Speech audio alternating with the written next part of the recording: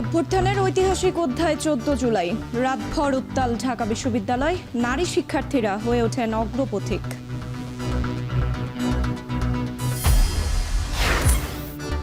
দেশজুড়ে উদ্বেগ বাড়াচ্ছে ডেঙ্গু আক্রান্ত ও মৃতের সংখ্যায় ঊর্ধ্বগতি।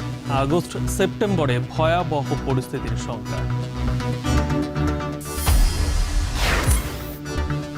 নদী খননের অজুহাতে চালুর এক মাসেই বন্ধ সারিয়াকান্দি মাদারগঞ্জ ফেরি চলাচল। পাটুরিয়ায় 2টি ঘাট বালু ব্যবসায়ীদের নিয়ন্ত্রণে।